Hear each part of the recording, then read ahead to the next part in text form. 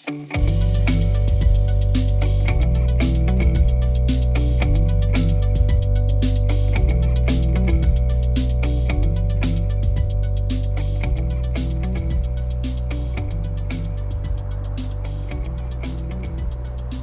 welcome back to Saturday, part 3 of a story read by actress Cordelia Howard from the lovely Glossop. And we're continuing the story of Thomas Barlow and his lovely day trip. Well, the weather wasn't so great, but it was back in June 1867. Parts 1 and 2 are already out, so if you haven't listened to those, it might be wise to nip back and listen to those. And I would encourage you to wear headphones, actually, just so you get to really truly experience. I've sound designed some of these with all of the sounds of the reservoirs and the birds. As I've been out walking and recording over the last month, I've added some of those soundscapes to Cordelia's words, so you get to enjoy that. Today, I was trying to kind of trace the potential path that Thomas Barlow's day trippers might have taken and work out where they might have been at this part of the story. So that's why I'm sat at the foot of the Pennine Way. In front of me, as I said, I can see Torside Reservoir. There's Reeps Farm over the other side. To the right of me is Quiet Shepherd Farm, but behind me is something which is marked on the OS maps called Earthworks, which I understand, according to Historic England, that it could have potentially been a Roman fort. Who would have known that? So yeah, earthwork and buried remains of Highstone's Roman fortlet. The monument is situated at approximately 250 metres above sea level on a gentle south-facing slope to the north of Torside Reservoir. I wonder whether Thomas's friends might have walked over this way and followed a bit of the Pennine Way. Well, either way, they've been recovering from some of the heavy rain.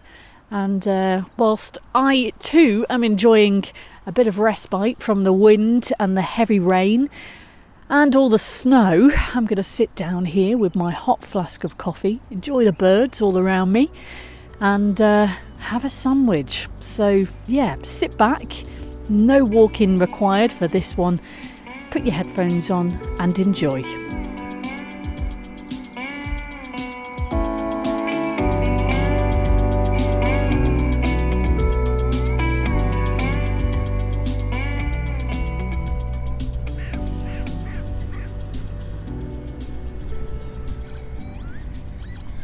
A Picnic at Woodhead by Thomas Barlow, Part 3. Out on the hills so high are we, the broad brown heath before us. Our steps are light, our hearts are free, as the blue sky bending over us. Far from the sounds of trade, of strife, uncivil and unending, we breathe the breath of a higher life.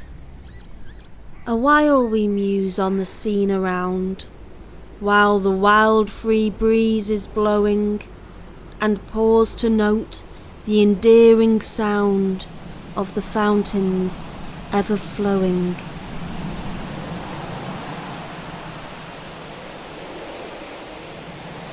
High up the hills, steep grassy sides, the sun's bright beams are fleeting, and when a beam over the healthier glides, 'tis a light and shadow meeting.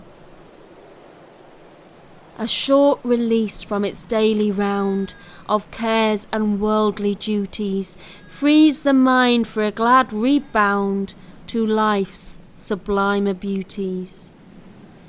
Hence for these grand old holy forms, as something stirs within us, which, spite of their cold and chilling storms, has never failed to win us. Heart and soul to the scenes we've trod, since when, in youth's bright morning, we knelt on the green and dewy sod, with flowers our heads adorning. 'Tis ever thus, with the hills so high, in youth we greatly need 'em. They bring us nigh to the boundless sky, enlarging our love of freedom. Again, when manhood's golden day has crowned our youth's aspiring, We feel their free and forceful sway, our bosoms still inspiring.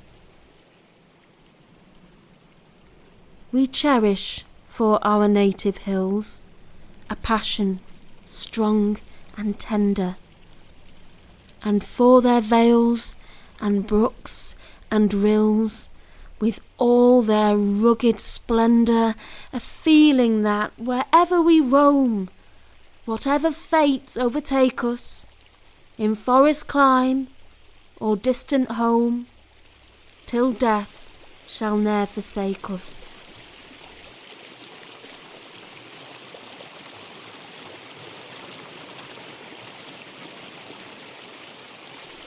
Our musings done, our next resort was artless play and guileless sport. Play and sport that mainly serve to invigorate our frame, to nerve the mind for deeds of sense and worth, that dignify our Mother Earth, that render life a threefold blessing, and health still worthier of possessing. Now, tired of play, but restless still, our minds obeyed their various will. For a listless interval prepared, a portion of our time was spared for strolling up or pacing down the daisied turf or the heather brown, each one doing as seemed him best, with or without the consent of the rest. One started the narrow vale to cross, nor deemed his toil would be a loss, where loomed a scar overcrowned with moss hills, in search of the curious stones and fossils. Some, whom trifle failed to stop, dared to scale the mountain's top, to catch a gust of freer wind, and add new pleasures to their mind.